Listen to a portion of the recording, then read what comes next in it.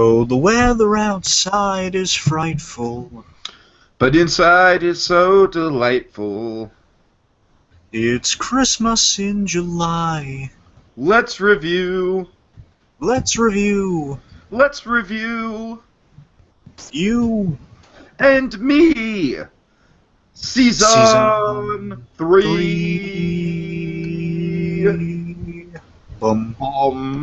Bum. Well, our timing was off, but other than that, I got my lines right at least, right? Right? Sure.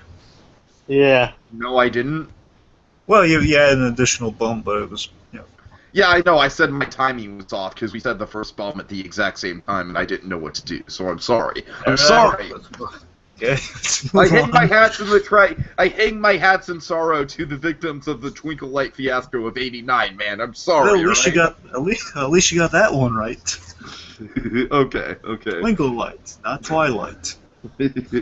So, you know what is infinitely better than Twilight the franchise? Like, so much better than Twilight the franchise. Well, there's so many things, T. You're going to have to be more specific. I'm saying, like, if Twilight the franchise is, like, the worst thing that humanity has ever produced, then this is, like, the antithesis of that. Alright? You want to know what it is? Is it some kind of machine? Possibly. Does it have anything to do with movies? You know what? I think you guys might be onto something. It Do you is. have any hot chocolate to cool us off over? And is it a podcast? It is the Movie Machine Podcast. What's happening when you take 4 or 5 people and improv a movie based on random story generator? Really fast.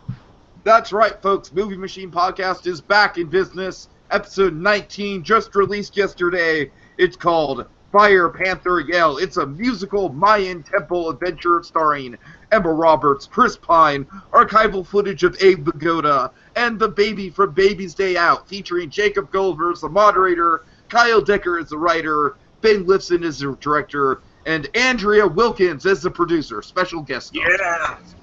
All right. So. No Max Savage? No Max Savage this time. Sorry, no Max Savage. He's expensive. I mean, with a man with a name that cool, I mean, come on. I mean, his name alone must cost a lot. That's what I'm saying. Okay. So we're here to talk about Danny Phantom, the Fright Before Christmas. I really like this episode. I'm not a huge... I haven't gotten into this show. It's one of those things where I was kind of like in a phase where I was kind of phasing out of what I consider kid animation at the time, even though I myself was like, you know, the tender age of, like, maybe, like, what year was the show introduced? I want to say it was 2004.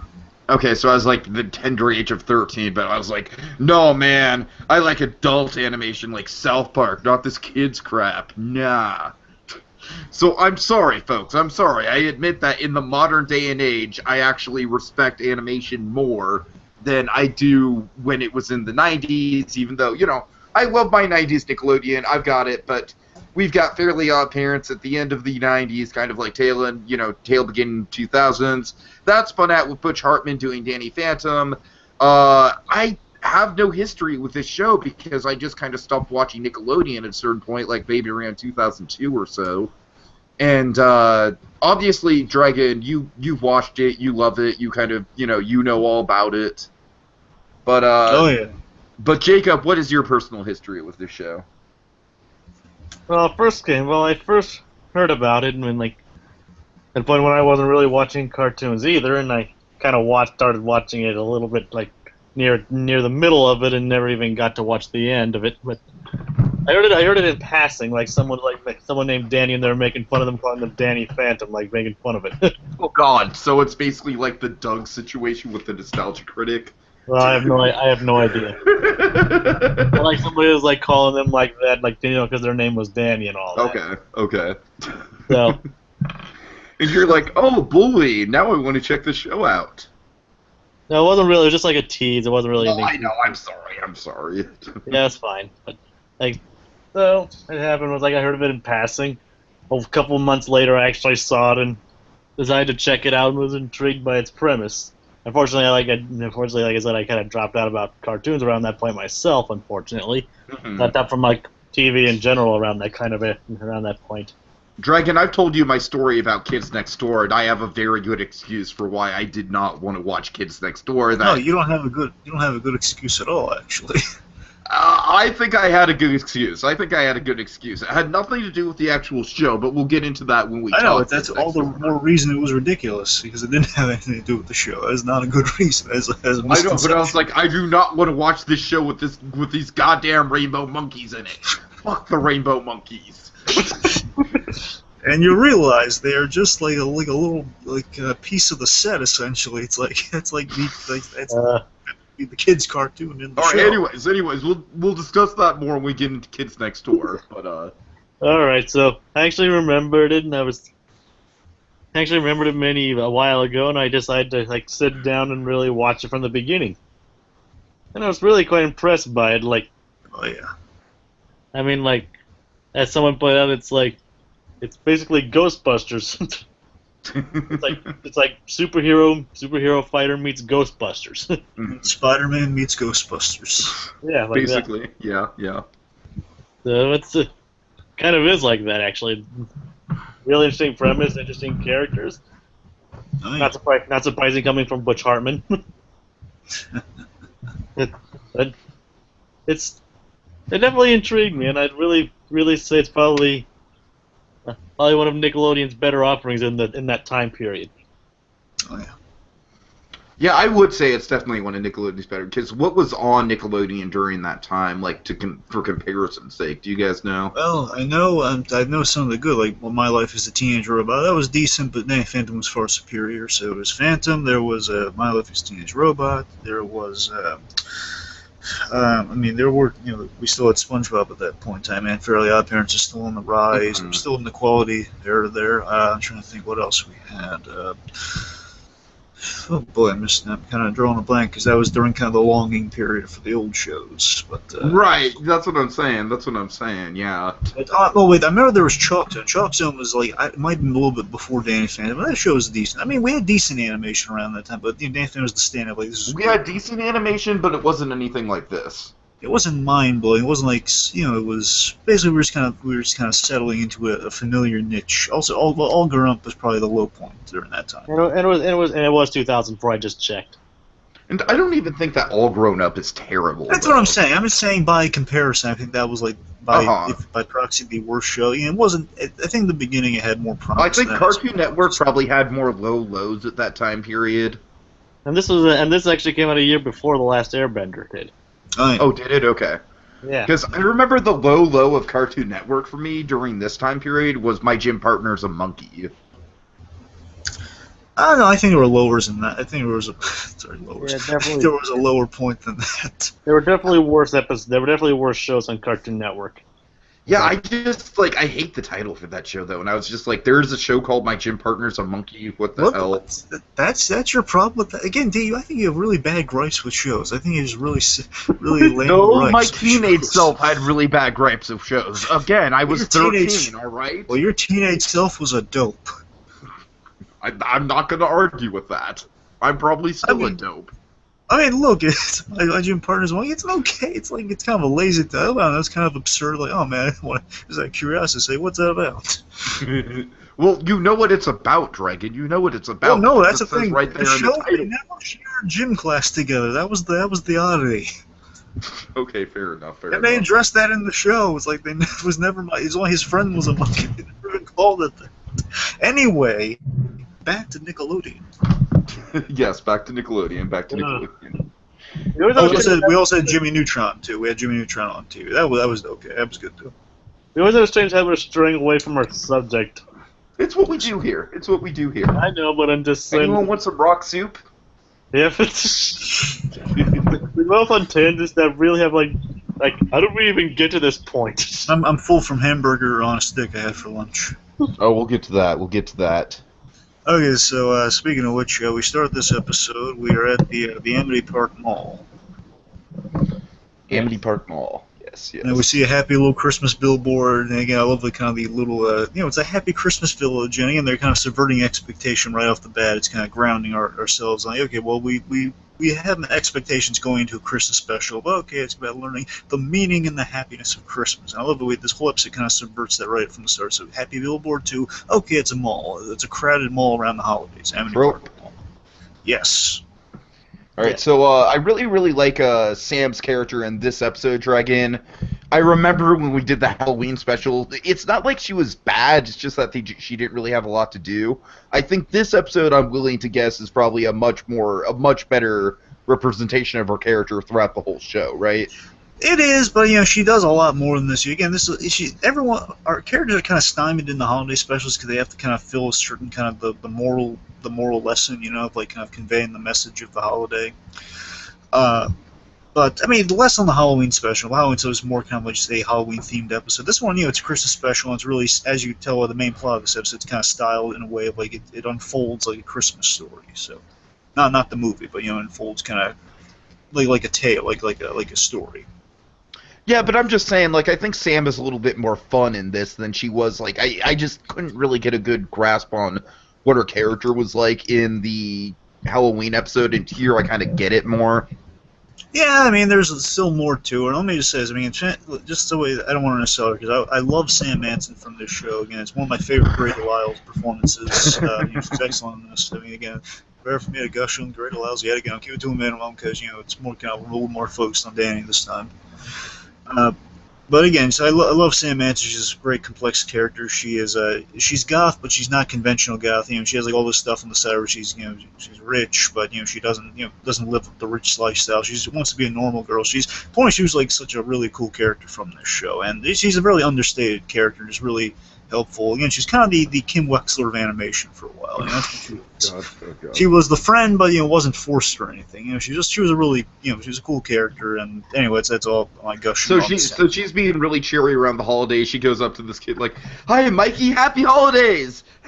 Like he's just no, you with holiday cheer, it's a trap. It's the Star Wars holiday special. Run! Run, everyone! It's B. Arthur. Oh wait, she's one of the few good parts of the special besides Boba Fett. Yep. But yeah, again, Sam traditionally, she's goth, but it's not to give you the impression she's always like dour. But it's acknowledged that okay, well, Sam Manson, she's goth, and you're really just kind of going out of her way to meet people and say, "Hi, Happy Hanukkah, Merry Christmas, Happy Holidays." It's a little out of character for her, so everyone's a little freaked out. Mm-hmm. Yeah, it's even acknowledged in the show. Like, are you okay? You're never this cheery. Yep.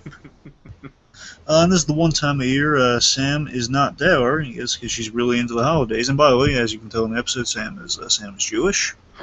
Yeah. But it's a cool little detail. I believe it's also in the show too. It's like really in the background too. The fact the kid's kind of kept alive, and I think this one just kind of put in the focus. Because it's around the holidays, it would. I don't think it's really ever explored in any other episode. Well, I think there's like an offhand reference once or twice of like you see in her house, like she might have something. I don't know. It's like I thought there was. I could be recalling some small thing. It's not important. It's just not a big focus. Yeah, I'm just saying. I think there was like some other acknowledgement, like subtly at one point. Oh yes, well I'm Jewish, or like I don't know, something like that. We celebrate Hanukkah. I don't know. So we have the Scrooge for the episode is Danny. He's just fed up with holidays. Sam's curious, and then Tucker here. Tucker's like, well, you don't know about the fight. I mean, the fight wasn't as bad as the Twinkle Light fiasco of '89. So many lives lost. But it is bad. It is bad. Yep. And also this mistletoe hat. Yeah, so Tucker's wearing his mistletoe beret. It's the time of year for that, and he tries getting the kiss from the girls. Pretty much a very Potsy-esque scheme from Happy Days, and he gets kissing a dog. That's typical Tucker. Oh yeah. The ladies' man and the PDA fanatic. He's a ladies' man in his own mind. Oh yeah. Yep. Actually, I'm sorry, it's real quick. It's eating away. I'm going to mention this once. It's been a while since I've seen Danny Phantom, so I might just be imagining the Hanukkah thing. I just might be remembering the special. That might be it. Just want to address that before we move on. Anyway, so also Tucker's meat runner, because since the first episode, Tiki was the lunch lady ghost. Tucker has an innate, kind of like how Spider-Man has a spider sense. Tucker has a meat sense, so he can detect what meat people have had. And he loves meat. He's only eaten meat his entire life. He's never had vegetables. Yeah. That's a man that I can relate to, actually. Like there's this one episode towards like I guess like the last season where he's just like he has to eat like these like it's some sort of like flour delicacy. It's basically a vegetable, but it's kind of like a flour. He has to eat it. It's like a garlic flour of some guy. He has to eat it. And it's like pains him. Oh, it's not meat. Also, Dragon, I've never seen the show. I don't know if Tucker has a dad or not, but I want to give you like my guess on what Tucker's father sounds like. Can I do that for you really quick? And for the record, he does have parents. All right, but Is it George Liquor? Tucker, get in here, Tucker. Oh, jeez. Tucker. No, All right. it's actually more like smoothly spoken, like, "Hey, Tucker." It's Breaking Bad. Tucker. I don't think that guy's his father, but okay. Okay, let's see. Anyways. So after the dog kissing the meat runner, so it's established that Danny hates the holidays. Danny hates the holidays, and I love that. Like he literally gets called Scrooge like several times throughout the episode. Yeah. Well, again, it's very Grinch-like, and given the rhyme scheme in the episode, it's very Grinch-like. Mm-hmm. No, I like that. Let me address this with Danny's kind of hatred of holidays. You're wondering, you first hear that and you think, oh, it's kind of convenient. Okay, so our main character just happens to hate the holidays. But no, they give him a backstory, they give him like a good rationale. Yeah, you would hate the holidays if you've been through what Danny goes through, and it makes sense to this day. You really hate the holidays. I mean, look, this is a Butch Hartman show, and I love the Fentons a lot more than I like the Turners. Oh, believe me, yes. Just Butch Hartman has like a tendency to have kind of neglect. Having said that, I think it's fair to say these parents are being a little bit insensitive around the holidays. And again, like the difference is, just Butch Hartman has like a thing for inept parents. So again, these parents are inept, but they're awesome inept though. So that's the thing. These guys are really awesome when they get in the action mode, but again, they're also funny. That's the important part. The Turners are monsters. These guys are entertaining. See, that's the thing. Like these guys, when the chips are down, they're actually really good parents. Just Jack's a little, he's not the brightest bulb in the box, but Maddie's she's really smart. What? Okay, so, He hunts ghosts. Yes. And So Rob we have, Paulson does his voice. oh yeah, Rob Paulson. One of the Lot of better Rob Rob Paulson. Paulson performances, I think, actually. Well, he does a lot of voices in this show. Yeah, I know, but I have to say, like, I think, like, with Jack Fenton, it's definitely, like Jack Fenton kind of shows Rob Paulson's range, you know what I mean? Yes. His more obvious role is the box ghost. Yeah, exactly, Yeah, so that's the what I'm box- saying. the Like, box that is kind of ghost. like the Carl Weezer, Rob Paulson. I am the box ghost. Fear me. Yeah. I am the box I'm ghost. not actually surprised when I first heard that he also did Mr. Fenton. Yes. Okay, so anyways, Anyways. so So Sam, Mrs. Fenton does not believe in Santa. Jack Fenton does believe in Santa, very vehemently, and I have written down in my notes just hashtag ho ho hope. I love that line. Ho ho. Keep the ho ho. I mean, that just Live. sounds like such a good hashtag right now. Well, before that, I love Sam's just calling Danny on like she's Jewish yet she loves Yeah, I love the season. What's going on there? Tucker elaborates the fight as you just said, and with this, I love the absurdity, Tiki, that the Fens are debating the existence of Santa Claus, yet just hear that. The ghost hunters are debating the plausibility of Santa. Right. The ghost hunters debating the plausibility of Santa. Yeah. Just the poor mall Santa's caught in the middle, they're both like Chaz, like she's saying, you embody a lie. And he's like, I didn't alive. Essentially, I'd be like, hey lady, I'm just trying to do my job here. yeah, poor mall Santa. Yeah, so basically, Maddie's scientist. She's saying it's scientifically implausible, and Jack just keep hope alive. Let's see. Danny plans on venting his holiday frustrations on some Christmas stuff he bought in the Ghost Zone, which I love that location, by the way. Such a cool. The way that has like kind of the swirling vortex. You get in there, kind of like Grim and Mandy style, but once you're in there. It's like kind of you're floating in space, and like all these possibilities story-wise can happen. It's a really great location. Anyway, so meanwhile, in the Ghost Zone, we meet the Ghost Rider, voiced by Will Arnett. Yeah. Oh yeah, special holiday guest star. Yeah, there's one. He's Batman by the way, himself. Yep, Lego Batman himself. You guys ever seen the Jimmy Kimmel sketch where he's like, it's Ben Affleck and Jimmy Kimmel saying, Lego Batman doesn't count the Will Arnett at the party? No. It's hilarious. They both just simultaneously, no one cares about Lego Batman. Right, Just to Will Arnett, as he says, hey, I'm also Batman. He says, no one cares about Lego Batman. He just walks away holding the Lego Batman. We're relevant. We're relevant. Or something along those lines. Anyway, so yeah, we're in the Ghost Zone. Meet the Ghost Rotten Rider. Tomatoes band, don't let me cue up the Simon and Garfunkel music again. God. Anyway, so we meet the Ghost Rider, and the Ghost Rider he completes his life's work. Essentially, his life's work. His first big novel. Afterlife. Yes. Right. Better phrasing of that.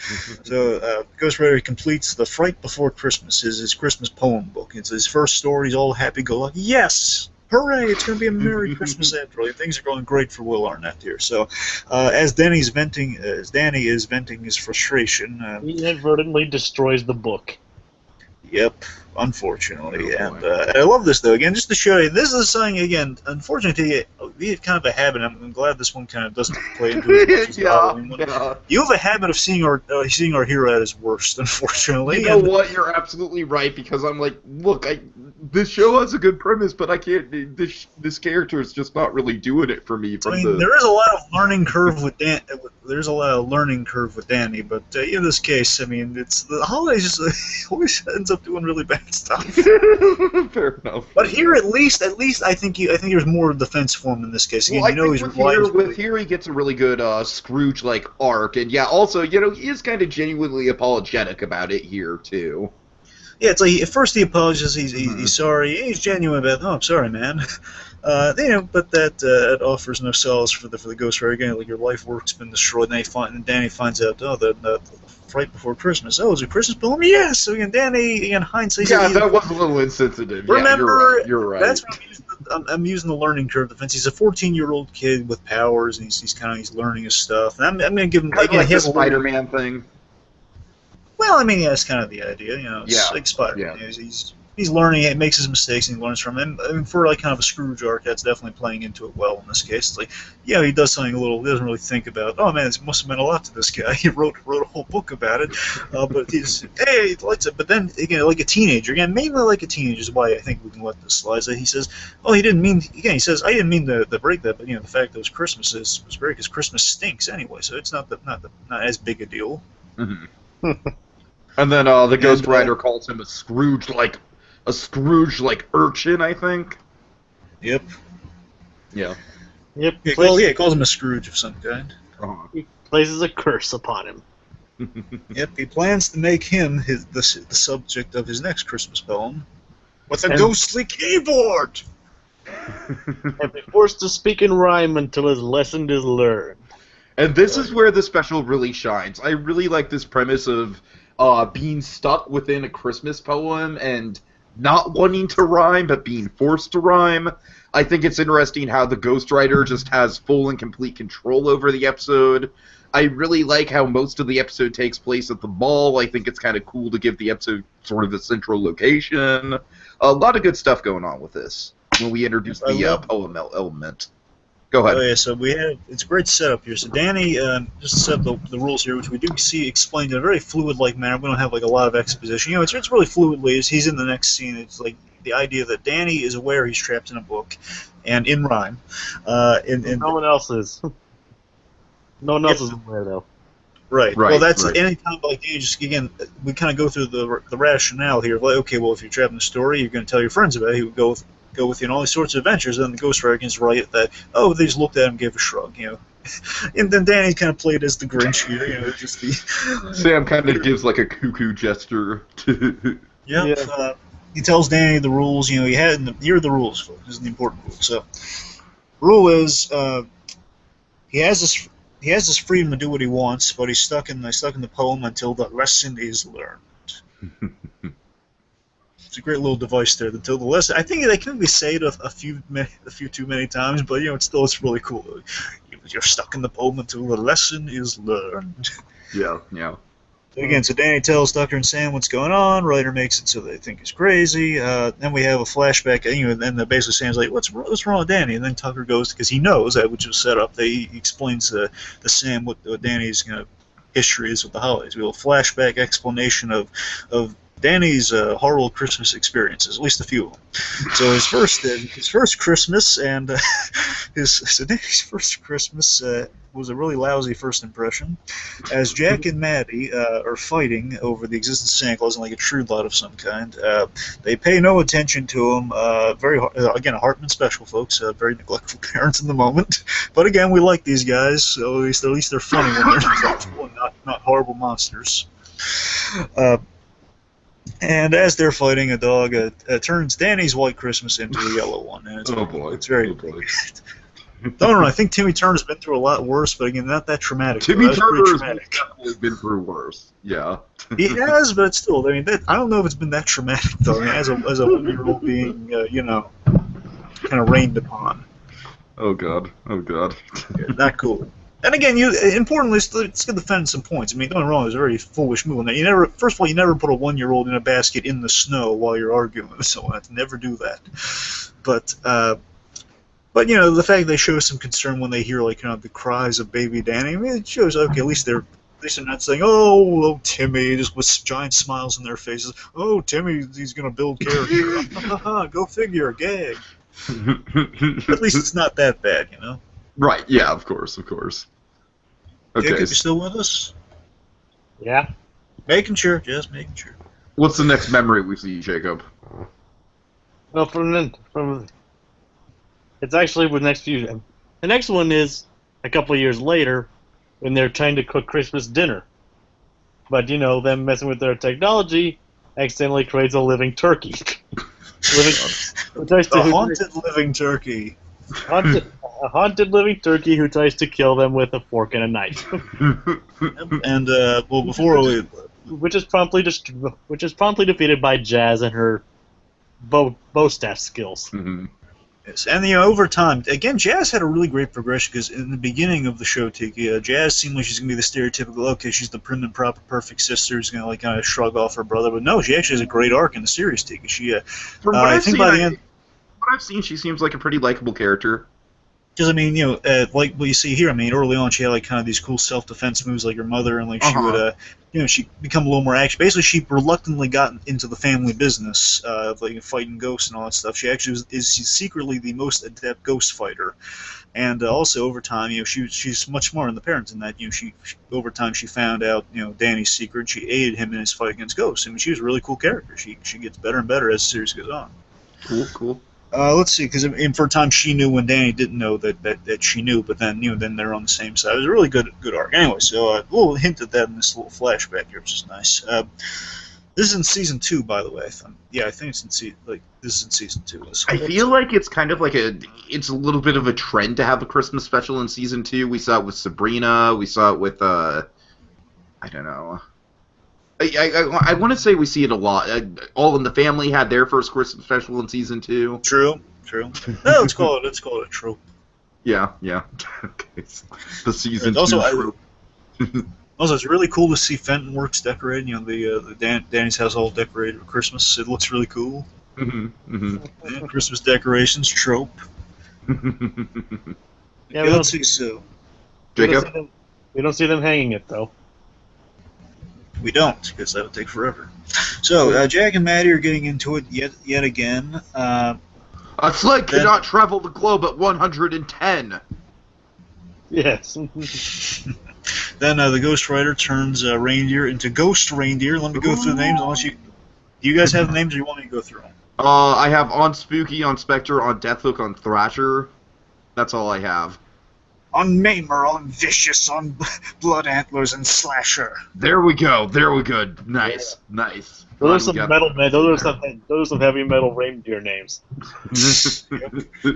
Ghost Reindeer. I love how the Ghost Reindeer come back, by the way. Yeah. Okay, and this leads to Danny fighting the ghost deer. Again, classic Danny Phantom action sequence. But poor Mr. Lancer. I guess they couldn't afford Ron Perlman because I don't know if it's not for. Maybe he wasn't available because he doesn't speak in this episode. But you remember Ron Perlman usually does the voice of Mr. Lancer. Yeah, right. He had a really good role in the Halloween episode. I think it was just more like they couldn't write him into the episode. That might be it. Again, so that's the thing you always have to consider when you don't hear a character. Sometimes, like if you watch the Wolverine the X-Men cartoon, when characters in commentaries they joked in the commentaries the series creators. They always joke that, oh yes, and you'll notice these characters don't say anything because we couldn't get the actors in that day. So it's like they have little visual cameos, and they basically say, "Hey Beast, don't you want to say something?" You're like, nope. It's pretty funny. And I think if they wrote Lance into the episode, it might have just seemed a bit forced. Yeah, you're Yeah, right. I'm just saying it's like no, like I didn't like you don't hear like gasp like great. It's, his like classic kind of like he always has these really English teacher-esque kind of sayings like. I mean, he definitely fit more into the Halloween episode. Uh-huh. Yeah. But the way this episode was plotted, I don't think he would have fit very well without seeming a bit forced and out of nowhere. Yeah, I think what Dragon's saying is that it's just kind of weird that we don't see his voice at all, but... See, his voice just like a scream of some kind, like just like Right, or like right. just like Mr. Lancer always exclaims these really ridiculous things. I was like, spent like one like. But you don't see his voice at all. You hear it. Remember? Yes, Jacob. I'm yes. Okay. So, Yeah, I know. Anyway, so poor Mr. Lancer's cheese log. Hopefully, he's going to get himself some hamburger on a stick to kind of get over this loss. well, I think what he really needs, though, he really needs to just, like, go home, maybe play some tubaphone, and just have a nice hearty bowl of rock soup.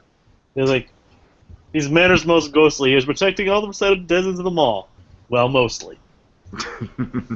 Now when Hamlin to go blue. Oh, God. Oh, we'll get to Hamlin. I have a whole rhyme about Hamlin. Hamlin's not going to be your Scrooge, is he? I actually think Hamlin fits with the Scrooge thing, okay? He fits. Okay, all right. Actually, I haven't really worked out a lot of details. I'm leaning between Hamlin and Chuck, all right? It's between those two, All right, okay? all right. Anyways. I didn't ask you to go into it. I asked you one question. Okay, moving forward. So I'm just saying, Hamlin being the Scrooge isn't necessarily a bad thing. I'm just all saying. right. Okay. Anyway, Cheese Log gets destroyed. We have like the little Christmas light lasso move, which then wraps around. Basically, Danny's then pulled by the reindeer. He plows through some carolers. Danny gets blamed for all the destruction per the Ghost Rider's wishes. The Fentons. Let's see. At least this time they have a good reason for him being blamed by everything. Yes. Well, let me. I think because it makes the little Christmas gathering later on seem all the more kind of strange in a way. Good strange. I don't mean bad strange. I'm saying that Tiki, there was a big point. I think it was season 2. I can't remember when this was. So I want to say this is before this episode because it sounded like kind of something to open the season on.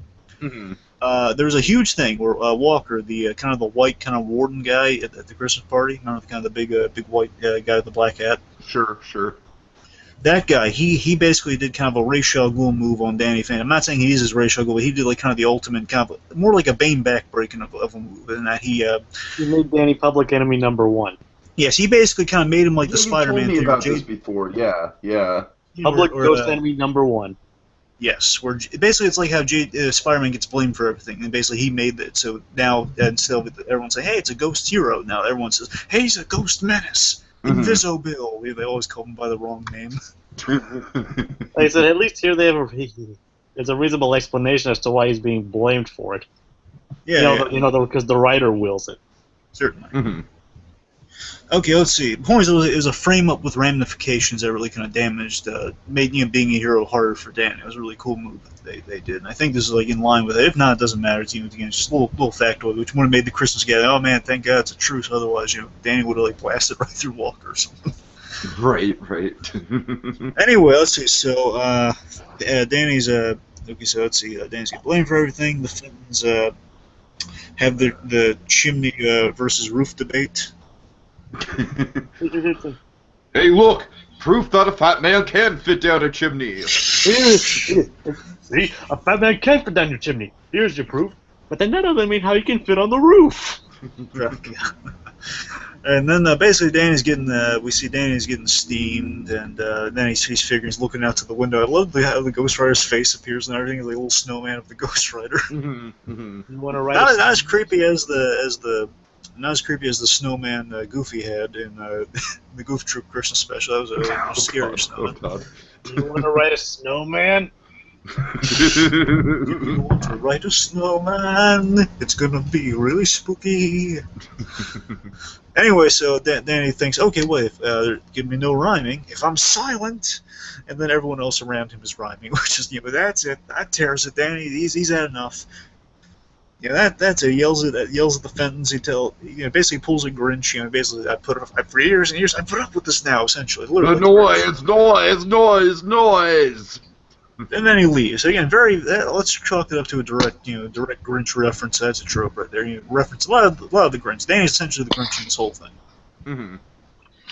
Okay, let's see. So then there's like some run that gives us this awesome line by Jack Fenton. He takes after his mother. It's like I'll go after my little tot, and she jumps up. Man, is that hot? No. That's later, Jacob. That's later. It's not the same thing. That's at the same time. No, that's later. That's a little later. No, that's late. That's later, Jake. Yeah. Okay. No. I know what you're talking about. That is a good line, though. That is a good line. So, Jazz, again, at this point, she knows, but Danny isn't aware that she's. That's aware. kind of what I Point was. is that- Yeah, that's kind of what I figured. Yeah. So Jazz, she sympathizes with Danny, saying, "Okay, well, you go on, little brother. In rhyme, we're not going to do it in rhyme because we're not prepared for that. I mean, I am Jazz, prepared for it if you want to, but well, okay, go do you have ahead. the line? Go ahead, little brother. Clear your head. You'll be fine. But taking our presents is crossing the line." Yes, because as Danny leaves, the presents are following him per the Ghost Rider's wishes there. To frame Danny for stealing Christmas. Again, big Grinch move there. Oh yeah. The Finns are then shooting at him. Again, let me make it clear. Again, the Turners were monsters, yet these guys, when they why are we more on the Ghost Hunter sides that are shooting their own son, who actually, in a way, technically they killed their own son, yet we're more on their side. Technically, they killed their own son. Not intentionally, but again, you saw the opening. He puts his hand on the thing. Actually, son in the Twinkle Light fiasco of '89. So many lives lost. I'm sorry. Go ahead.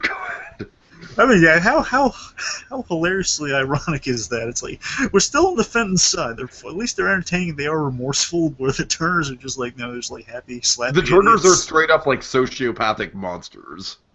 Yes, and yet again, we're so inept that their son got killed and turned into a ghost. We know he's alive still because of that fact, but yet we're. It's so bizarre. And they shoot their kid on a regular basis, yet we're still far on their side on the Turners. Anyway, moving on. So as that's happening, just the running gag through the show, like, yeah, we're still on these guys' sides. Mm-hmm. Let's see. So as that's going on, Danny figures. Danny figures, okay, it's a Christmas poem, so let's go to a household that celebrates Hanukkah, so we can get away from it. Again, I like the logic there. Okay, well, that's how you get out of a Christmas poem. Go to a place where Christmas is not celebrated, Hanukkah. Mm-hmm. But he meets his pal Sam there, and we see Hanukkah has also been stolen. So again, Christmas is more. I guess it's more the holiday before, the fright before holiday. Fair enough. So the Ghost Rider. So I typed on my keyboard that the blame was on Danny. So I like this about the Ghost Rider, that he can literally like will people to think certain ways and stuff like that. It's a really cool device. Like, what if the Purple Man took up writing? Oh god, pretty much. Jessica! In that way, he's one of the more powerful villains he's ever faced. Yeah. And Jessica got blamed for everything. Sorry. The power to write stories. Imagine what he could have done with that potential, though. Right. Yeah. You're I right. hear you. I love how he's defeated, though. Let's not give it away. I'm saying I love how the Ghost Rider's defeated so much. Okay, moving on. So Dan, again, you're right, Tiki. It's a great way of like making not corrupting our characters, making them like fall under some dumb misunderstanding. It's like, okay, well, that's how you get around. It's like she's not supposed to find out at this point. So the Ghost Rider makes it up. Hey, it's all your fault, Danny. Get out of here. No one likes you. Go home. essentially. And then the Ghost Rider kind of conjures up toys to come to life. He uses like this dreidel as kind of like a honing device. I love the use of the dreidel. It's like a dreidel used for evil. We get a little Star Wars cameo with the Space Wars action figures. And Butch Hartman's a big Star Wars fan. That's why we have that. So it's like we have evil, ghostly Star Wars toys, which are evil Chewie, R2, and Stormtroopers. I guess now, technically. And then poor Mr. Lancer, not Mr. Lancer's train set, no! No! First the cheese log, then the rock suit, now the train set! I mean, the cheese log was tragic. Hold on, the cheese log was tragic, but come on, the rock soup is... You can't go wrong with rock soup. I mean, come on, Dragon, what are you trying to say? But the rock soup, it's everything. He has nothing without the soup, even the distant. Again, folks, rock soup is a running gag in case anyone's lost. And why the heck are these morons bringing up rock soup? What is rock soup? Who drinks mud? Anyway, no. So moving on. Would you like a serving of monkey with that rock soup? I'll save some. I'll save some for this room. Anyways. Anyways. I know. I assume we were gonna have some monkey here. No, I don't. I thought you were leading us to have a monkey cameo. Well, now I'm disappointed. No. I'm talking about the Darwin gag. Okay, yeah, moving on. We lost them because I know how you like to pop people in here and then kick them out. Isn't that right, Jacob? Yep. So, moving on. Alright, so, as following the train set, even Jazz's Mr. Bearbird. Mr. Bearbird and the Einstein Bear is then possessed and absconded with. Let's see, we have a monster. Basically, all the toys and gifts are basically formed into a giant nutcracker formation. Mm-hmm. And we have a holiday pun which gets called on. Says, "Oh, nuts!" And Danny, do you have the rhyme? Let me see. I don't think so. And then Danny went. Nuts. Wait, I think so. On this night before Christmas, a brand new attacker can face the wrath of my giant nutcracker. Is that it? Is that what you were looking for? And then there's a line that leads into like, why must have seen that with a terrible pun? Oh, okay. I'm sorry. Like, it's like there's nowhere you can run. Why must have seen that with a terrible pun? Because it's like saying, "Oh, nuts to a nutcracker." I really love how each transition into the commercial break we have like kind of a classic Christmas illustration. Oh yeah. Yeah, I love the self-referentialness of it all, saying, "Yeah, it's pretty lame, even by Ghost Rider standards." Yeah, well, I don't know why I wrote that thing, but you know what? Why do we gotta end it this? Why is that the tradition? So, let's see. So Danny blasts heck out of everything, out of the nutcracker. Mm-hmm. Using like a bunch of kind of ghostly plasma, or ectoblast, whatever you want to call it, destroying. But unfortunately, as he kind of easily blasts away the nutcracker, and that's not the game. That's what's so cruel about it. That clever Ghost Rider, as he blasts away the nutcracker, it's very easily defeated. But in doing so, he destroys all the toys that formed it. Oh no. Basically, kind of like a Hellboy 2 situation. Every blast hurts in a big way. Right. So they all blame Danny, not surprisingly. Even this, I love this. Even the one boy who thought Danny was cool. Is it just me, or does this boy look like Timmy Turner? I don't. He looks like a 12-year-old Timmy Turner. He looks like a slightly aged Timmy Turner. I don't see it. I don't know. It's in the hair. I'm telling you. I like the one part earlier that was like, except for one kid who thought Danny was cool. Now we should fix that. Okay, so it's just like this little hint of positivity. Hey, even the one boy who thought Danny was cool. It's like kind of like a Gareth line from Caliban or something. That's really cool, that Phantom. Anyway, so okay, so then the ghost, then basically the spice that up, the Ghost Rider makes the tree and all the trees in the Amity Park, all the Christmas trees come alive. Kill it like Rocko's Modern Life. Kill it. Kill the evil ghost trees. Kill the anthropomorphic tree life. Yeah, that's what that line comes in. See, it all ties together. See, after that tree got killed in Rocco's Monolith, it came back as an evil ghost tree. Oh God! And it sought revenge on Heifer. You murdered me! Only the Heifer was nowhere to be found. Yep. So, and then they had hamburgers the next day. I don't think Tom Kenny ever did a voice in this show. They had hamburgers on a stick the next day. Yep. With red pants. Okay, so Tree Watch, day 1. Hopefully there's no day 2. So let's see. So they the fans put up the ghost shield. Then we have the poor news anchor. Not in the face! Not in the face! Around Tree Watch Day 1. God, see the Twinkle Light fiasco of '89 meets the Tree Watch Day 1. All these holiday disasters. Okay. Let's see. So again, just showing you the fans are responsive. They are good parents when it counts. You know, it's like there is. Well, where's Danny? Again, they actually ask where the kid is. It's not like, hey, where's our little tax exemption? Where is he? God, right. Then so Miss Fenton goes out to Mrs. Fenton goes out to save Danny. Those trees won't stop me, and then now we have it, Jacob. Now we have the Jack Fenton line of the episode. Oh man, that is hot. Go. I'm sorry. I just want to set up. So we have Maddie Fenton in a Christmas jacket and a jumpsuit, armed with axes, very much like Francis from the Deadpool movie, to find Danny. And then, as Jack Fenton says, "Oh man, that is hot." And how can we disagree with the man? Come on, Maddie Fenton with axes, man. That's cool. That is hot. So Maddie fights the trees looking for Danny. She basically says, "Oh, but what? I'm sorry, Jake. Go on." No, I was just making a noise. I had to clear my throat.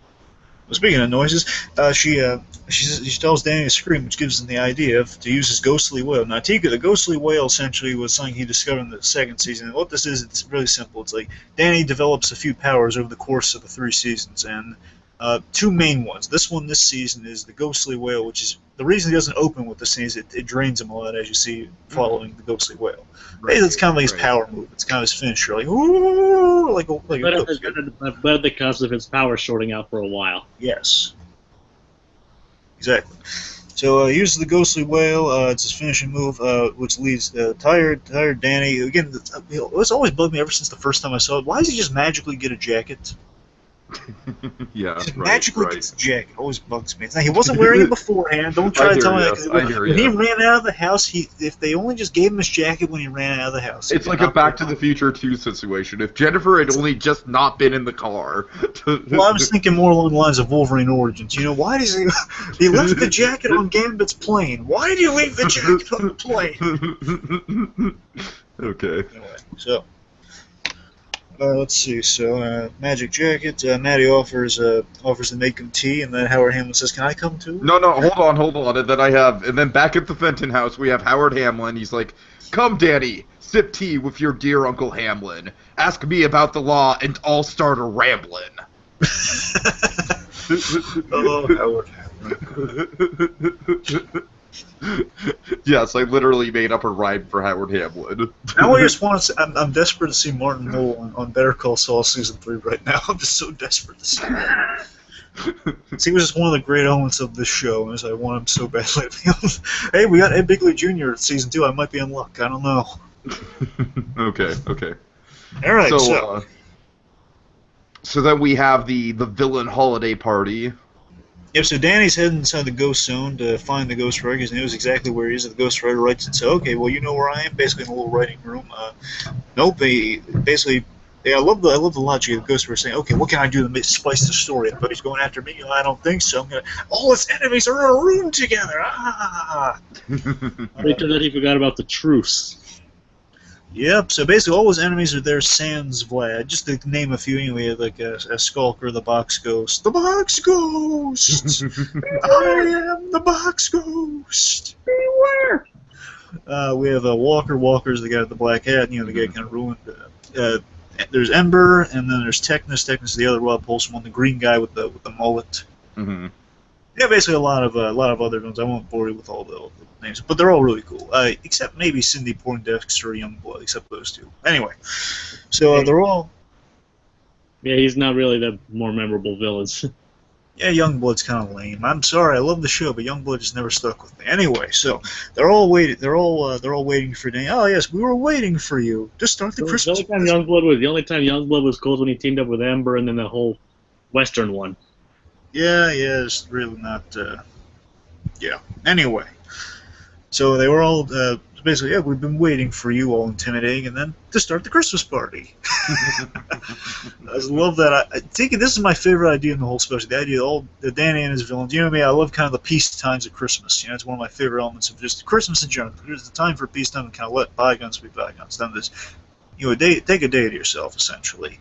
Sure. And this just embodies that because you and me, I love my mundanity. I also just love the idea. Okay, well, what are they gonna? What do the bad guys in the Danny Phantom universe do for the holidays? They have a Christmas party together. They all have a common goal. We hate Danny Phantom, except for this day where we even invite him. It's like how Flash and his rogues operate. You know, it's like they do kind of get along from time to time. So it's the annual truce, which Jacob was mentioning, which is which is one day of tranquility. Come sundown tomorrow, we resume all hostility. Oh yes, great idea. This is a brilliant idea. And then the Ghost Rider thought the truce was broken. Then Danny tells the ghost that there's one ghost who's breaking the truce, which is not going in like the box ghost says. Do you remember the rhyme after that? Not really. No. Right. So the box ghost says something along the lines of "Let's kick his butt." That rhyme that ends in "Let's kick his butt." So then the Ghost Rider's like, oh, crud, it's not good. So before the Ghost Rider's attacked, he writes away the truce, which kind of he erases the truth, and which leads to a really awesome battle, and we get a lot of really cool fun bits here. And basically, there's a lot of cool action. Basically, I love that he's writing all the action bits in the scene. That really cracks me up. Basically, all these, and then he did this and that, and that. That's what you have to do. And like, there's a really great line where it says, and then the box goes picked up a framed 8x10 of my half brother Randy. That was funny. Yep, and then Danny gets an idea, and I love the solution. This is great. Yeah. This is how you foil the Ghost Rider. How about this? He said as he picked up an orange. Wait a minute. Nothing rhymes with orange. Basically, he smushes the orange in Walker's face, and this is like, oh, God, nothing rhymes with orange. breaks the spell for a bit, in which then they kind of capitalize on that. Danny fries the keyboard. Hooray for plot convenience. Yes. But again, it makes sense, though. It's like, I think it's really, again, Dragon, it's something we bring up a lot. Logical logic. It's really good at logical logic. Well, yeah, but he's not writing anymore, and he's kind of distracted. It's like it's breaking the illusion. So it's why it's not. I know. I'm just saying. Yeah. So the keyboard's destroyed, and it looks like, okay, the Ghost Rider's defeated. Yay! And then they're still in rhyme. No! The lesson has not been learned, and there are only two ways of reversing it, which is, again, typing away, which is no longer an option, or until the lesson is learned, the Ghost Rider wins. He basically kind of whiplash style. I win, you lose. Sad Hulk music as Danny flies back.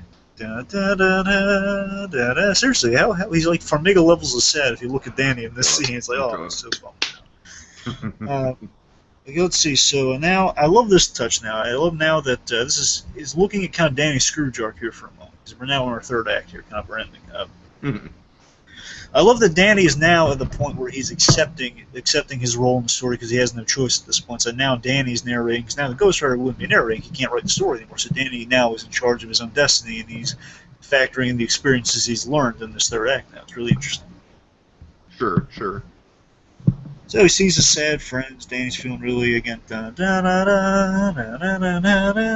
they all, however, this is kind of like your Muppets holiday movie moment here, but we haven't gotten to that yet, so I'm just going to leave it at that. They see a lonely Danny, and they comfort him. Mm-hmm. And basically, Danny learns his lesson of regretting the spiteful actions he's done this Christmas. And in doing that, Christmas is restored thanks to his enemies. His enemies, they find him, and again, they honor the truce. They're going to help out their pal around Christmas time, because no one should be this miserable around Christmas time, even if we do want to kill him, even though he's a ghost. So, I'm sorry, go on.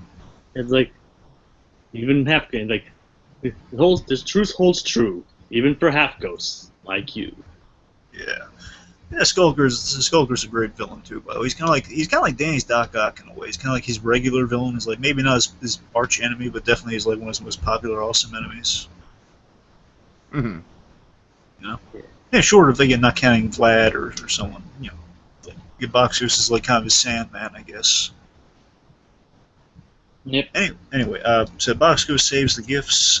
Desiree, the genie bad guy, she fixes the trees. You know, they all get put back in the house by all the ghosts and kind of teams. They're flying the trees back, helping people out. Mr. Lancer gets his gifts back to and from Mr. Lancer. Yes. Let's see, Danny helps his little fanboy put the top on the tree. Very Grinch-like image. Oh yeah. Technus restores power, which makes sense. You know, Technus being the kind of the lord of all technology and all that stuff.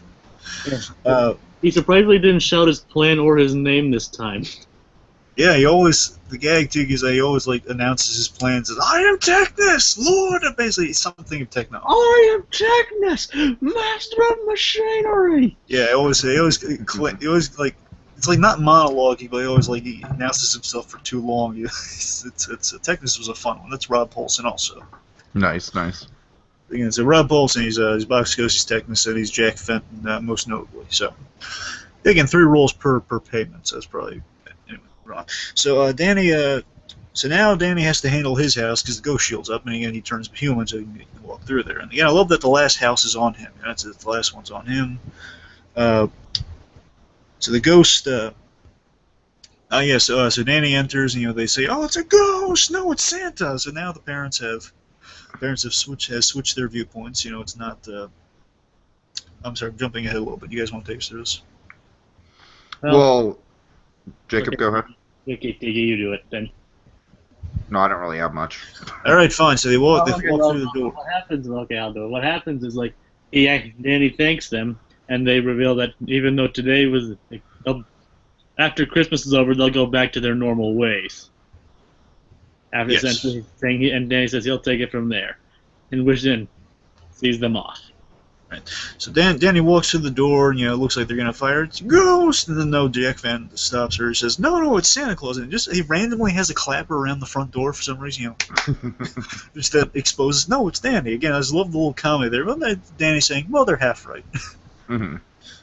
So Danny, he's basically saved Christmas. He brought all the gifts back, and he brought Mr. Bearbird back to Jazz. He got his mom a new jumpsuit. We got dough and/or eggnog in a Tupperware thing for maybe it's some rock soup with cream. We don't know. Rock soup with cream, hell yeah, cream of rock. Yep. So we got the parents. So importantly, just to kind of round out our holiday special, the parents are in. They're happy that Danny's in the holiday spirit again. At least they care. With the Turners are miserable pricks. They're happy that Danny's in the holiday spirit. They say, we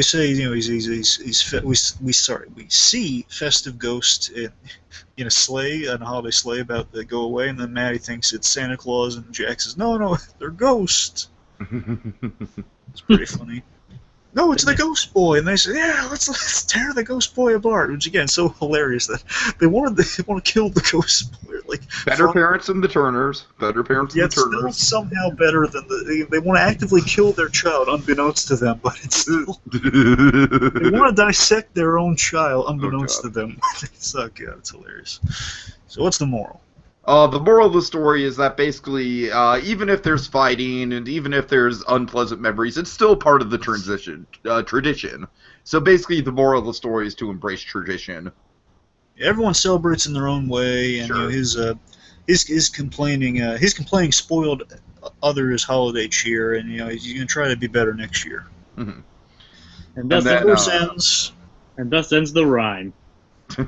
Why are you talking in rhyme, dude? You're such a dork. We're not talking in rhyme. We're not talking in rhyme.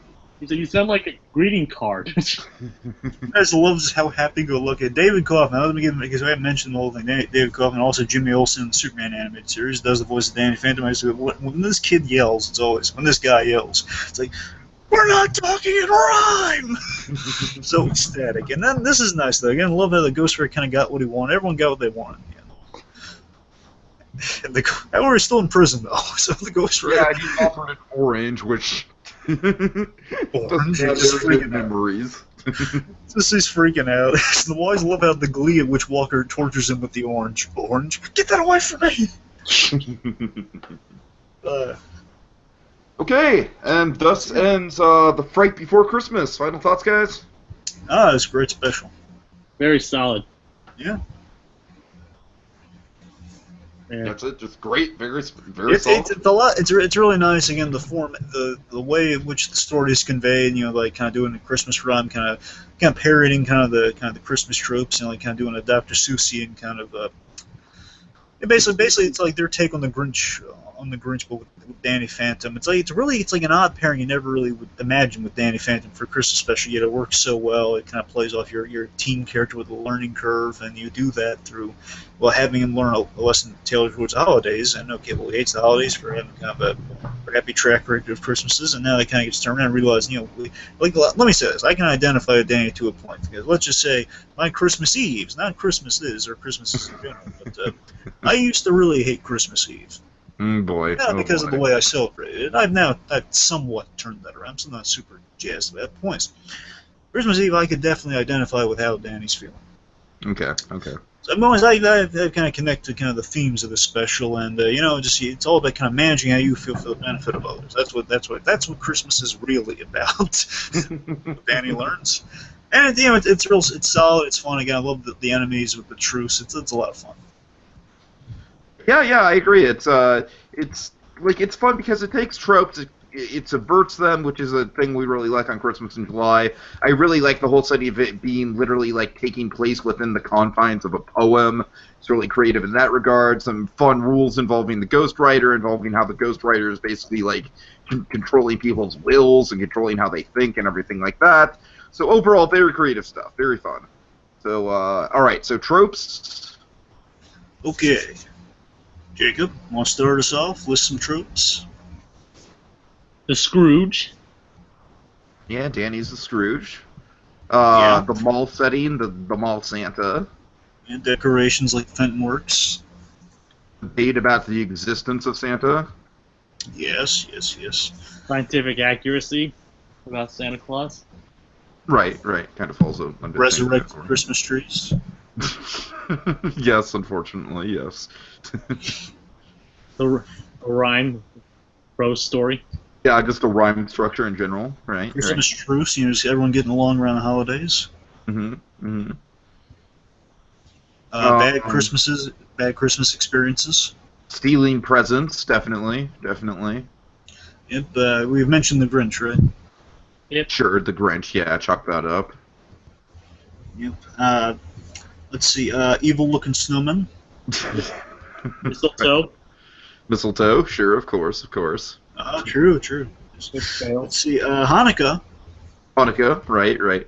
Also, there was a line, I just want to mention it, there was a hilarious thing, it's kind of, which I love Sam, I think there's this one bit, it kind of reads a little offensive, it's like she tells a character, have a kick in Kwanzaa. Again, how the heck do you know if anyone celebrates Kwanzaa? She's assuming something on that guy.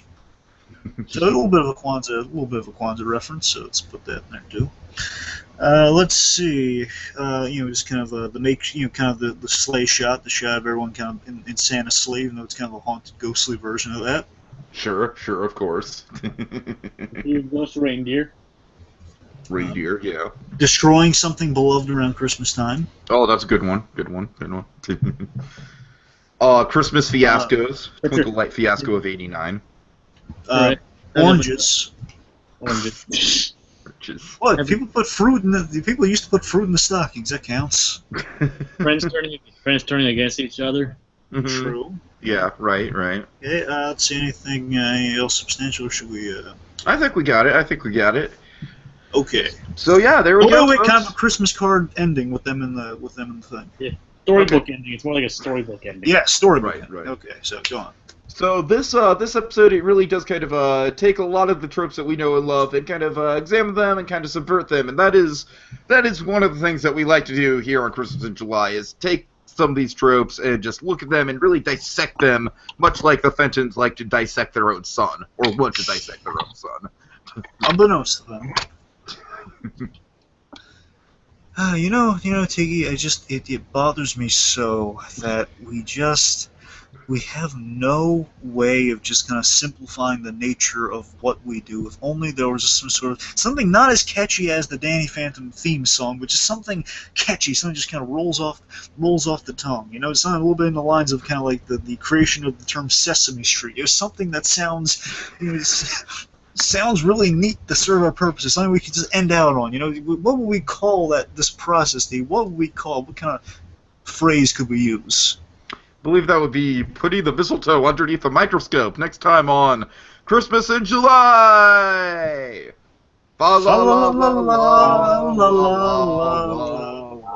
Beware! Hey, who wants an orange snow cone?